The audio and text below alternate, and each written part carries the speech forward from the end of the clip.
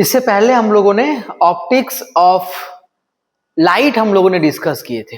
अभी हम लोग डिस्कस करेंगे ऑप्टिक्स ऑफ ह्यूमन आई। तो there are mainly 4 optical surfaces there. One surface is known as cornea,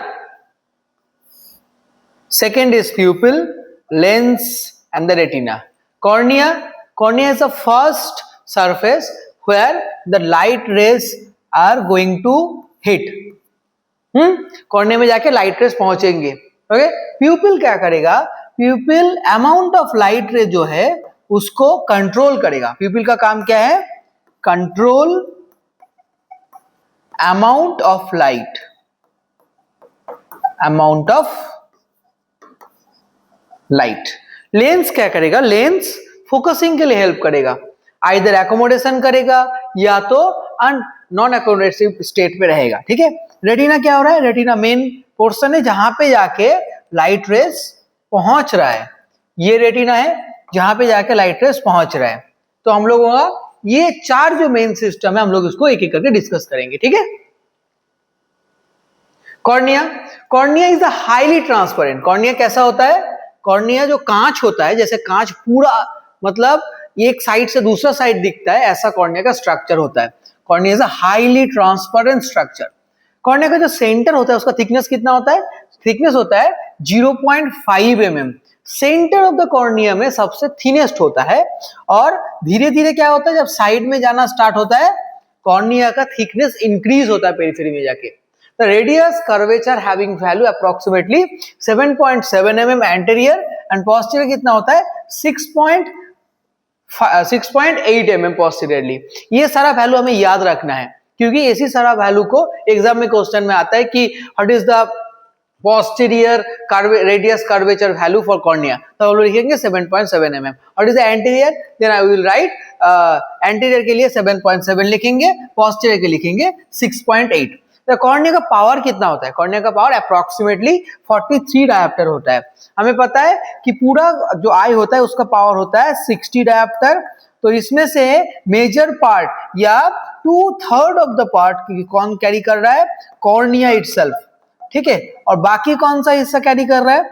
17 dioptre carry कर रहा है क्रिस्टलाइन लेंस। ये जो लेंस है, ये लेंस बाकी हिस्सा कैरी कर रहा है। ठीक है। नेक्स्ट सरफेस पे आते हैं। नेक्स्ट है प्यूपिल। हम देख पा रहे हैं इस वीडियो में प्यूपिल कैसे कॉन्स्ट्रिक्ट एंड डायलेट हो रहा है। तो ये कॉन्स्ट्रिक्शन एंड डायलेशन क्यों होता है प्यूपिल का? क्योंकि इसमें थ्रू हम लोग क्या करते हैं, अमाउंट ऑफ लाइट जो आई के अंदर आ रहा है, एंटर कर रहा है, उसका अमाउंट को हम लोग कंट्रोल करता है। In the eye optical system the pupil acts as the aperture. Aperture क्या करता है? कंट्रोल करता है। Aperture that control the amount of light flux that forms image on the retina. In addition, the pupil also affect the quality of image। मान के चलो प्यूपिल size बहुत छोटा है तभी भी लाइट नहीं जा पाएगा, तब डिफ्रैक्शन हो जाएगा। प्यूपिल साइज जो बहुत बड़ा है तो अभी क्या हो जाएगा? ज्यादा अमाउंट ऑफ लाइट आ जाएगा तो एब्रेशन हो जाएगा। ठीक है। नेक्स्ट है लेंस। अच्छा, लेंस हम लोगों को देखे कि बाकी जो हिस्सा था 17 डायोप्टर के जो आसपास जो हिस्सा था उसको क्या कर रहा था? लेंस के थ्रू एडजस्ट हो रहा था। ठीक है। The lens of I R thick at the centre. हम लोग देख पा रहे हैं सेंटर में क्या हो जा रहा है? थिक हो रहा है और पेरिफेरी में क्या हो रहा है? थिन हो जा रहा है। That are not necessarily spherical. ये स्फेरिकल सरफेस नहीं है। क्यों? स्फेरिकल सरफेस तो इक्वली ऐसा रहेगा, बट लेंस क्या है देखो तो पता चलेगा ऐसा है, फिर पीछे के साइड में थोड़ा सा बल्ज आउट है। The lens is biconvex. Lens is a biconvex with a refractive index of approximately 1.38 in the center। Centre में कितना रिफ्रैक्टिव इंडेक्स है? 1.38 in the center and 1.41 at the edges।